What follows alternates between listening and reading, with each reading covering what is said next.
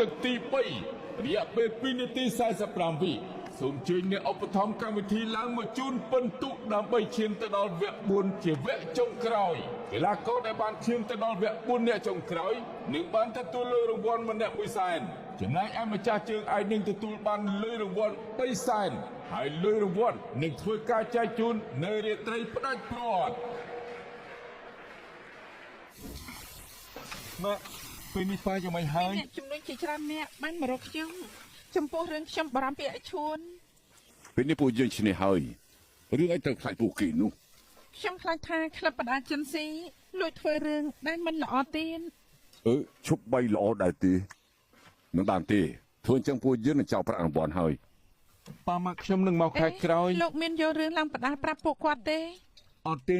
ខ្ញុំខ្លាចពួកគាត់ពិបាកចិនដល់វគ្គ4អ្នកចុងក្រោយមិនឈ្នះគ្រប់មិនអីដែរសំខាន់គឺស្មារតីហេអាឈួនផឹកទៅឲ្យគេផឹកមិនបានព្រោះគេត្រូវឡើងប្រគួនអាឈួនដល់វគ្គ4អ្នកចុងក្រោយនេះទុកថាលោកពូកែនណាឲ្យតែបើកសាលាគុណវិញបានគឺចាត់ទុកថាពួកយើងបានឈ្នះហើយគួរមានមោទនភាពមិនថាយ៉ាងណាខ្ញុំនឹងសួរឲ្យដល់ទីបំផុតខ្ញុំប្រាប់ឲ្យថាប្រតិទិនខ្ញុំមិនដែលខុសទេជុលមួយដើម្បីជ័យជំនះពួកយើងមកជុលមួយជុលមួយហ៎ហើយដល់គ្នាធ្វើអីហ្នឹងអ្នកណាគេសុំទោសពួកខ្ញុំកំពុងញ៉ាំអាហារពេលយប់ញ៉ាំឲ្យពួកខ្ញុំទៅភ្លាមញ៉ាំអាហារពេលយប់ស្អីនាំគ្នាចាញ់ភ្លាមទៅហើយស្អែកទីនេះនឹងសាងសង់ហើយដឹងហើយ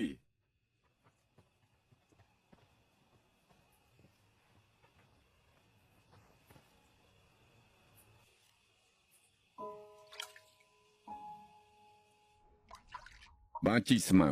ត្រូវតែជំរះទាំងរឹសកុំបារម្ភអីខ្ញុំនឹងវាយវាឲ្យទាល់តែសន្លប់នេះគឺជាការប្រកួតឈ្នះឬមួយចាញ់មិនមែនពួកយើងជាអ្នកកំណត់ទេ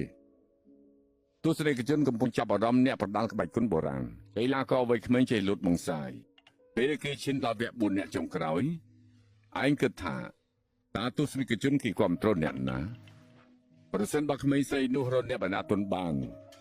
ពួកយើងមិនត្រូវខាតបង់ហើយមិនខុសពីការប្រកួតទេបើមិនឈ្នះមានតែចាញ់ខ្ញុំចាញ់មិនបានទេចំណែកឯងក៏អញ្ចឹង